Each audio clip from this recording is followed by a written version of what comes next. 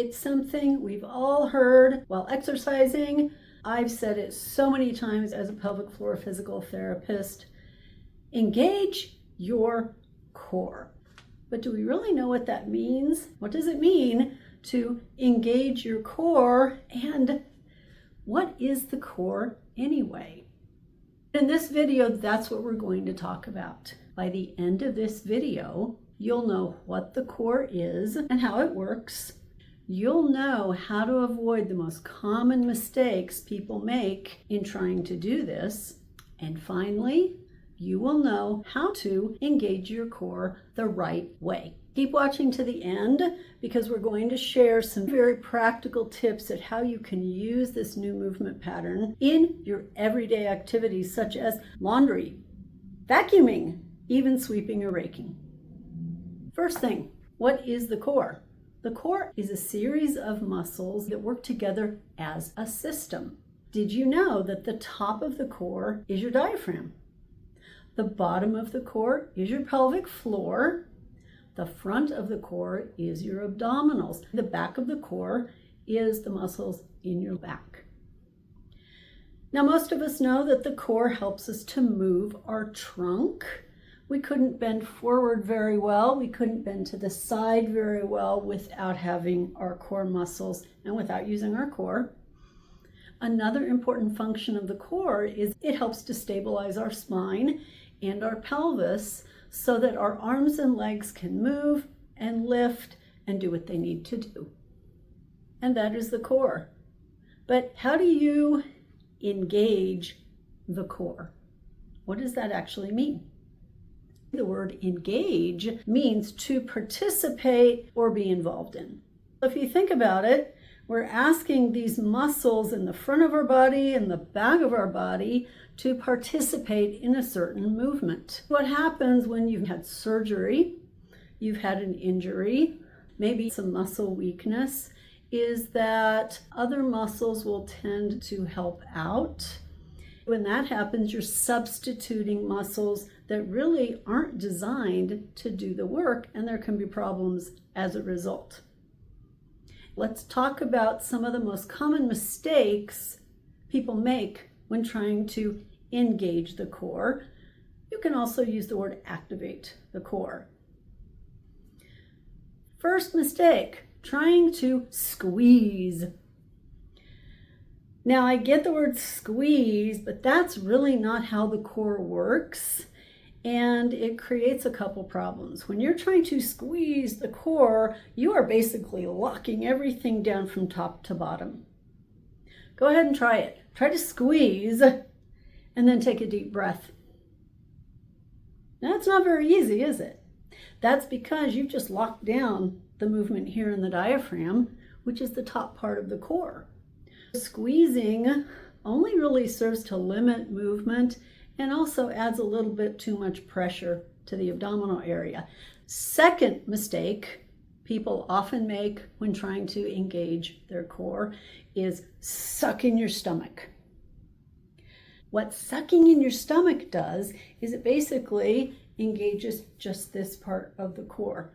Those are your upper abdominals. Those are not your stabilizers. It's actually encouraging the wrong muscle to do a job it's not designed for.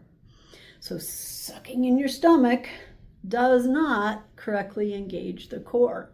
Try it again. Suck in your stomach and try to take a deep breath. It's really pretty difficult. That means that the core is not working like it should. Third mistake, people try to engage their core, but what they're doing is they're basically pooching their stomach out. One, that does not look very attractive, does it?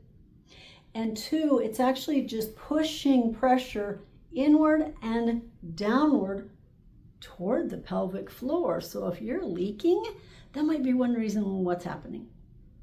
And the fourth, but certainly not the last, and maybe the most common mistake, trying to inhale when you're trying to engage the core.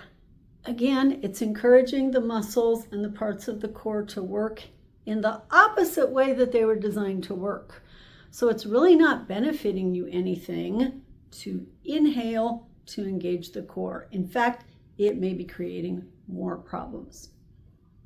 So wow, there's lots of ways we can mess this up and not even be engaging the right muscles. What to do? There's some ways to engage your core that are very effective and actually quite simple. I'll share the 3 most common ones that I use with my patients when they are trying to do this. The first way is to use the exhale. Think of exhale when engaging. So instead of holding your breath or trying to suck in your stomach, a little light exhale when you are trying to activate or tighten these more lower abdominal muscles often works much better. Second way, I like to call the pelvic zip. Imagine you've got a zipper and you're just zipping it up there at the front of your pelvis. That is a very good cue for your body to activate the correct muscles, get the lower abdominals contracted, and participating in the movement.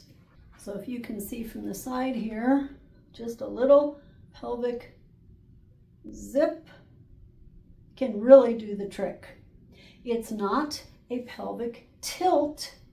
It is just using the abdominal muscles and the pelvic floor muscles together to get the core working. And the third cue that works for a lot of people, peel it away. Here's what I mean. Have your hand on your abdominals, not up here, but down here, kind of around the belly button area or a little bit lower. I want you to imagine that you are peeling the skin away from your waistband or away from your hands. You should feel the abdominals pulling away from your hands very slightly, not pushing into your hands. So which of those 3 methods worked best for you? I would love to hear about it. You can shoot us a comment below and let us know. Earlier in this video, I promised that we'd share some very practical tips at how you can use this movement pattern. So I'm very pleased to introduce you to the Core Pelvic Floor Challenge. In this video challenge, you'll learn some very simple and easy ways that you can take that first step in getting a stronger core and pelvic floor, doing everyday activities like vacuuming, getting things out of the car, even opening doors. This challenge is perfect for new moms who just don't have time for a dedicated exercise program, women who are recovering from hysterectomy or other abdominal surgery, or peri and post-menopause women who are dealing with some bladder leakage, know that they need to strengthen their core and pelvic floor, but have no idea how to start. It saves you time, energy, and money. No expensive equipment or gym membership needed. Ready to get started? Go ahead and check it out. Thank you so much for watching this video. I hope you found it helpful. If you liked what you saw and you got value out of it, please subscribe to our channel or give us a good thumbs up.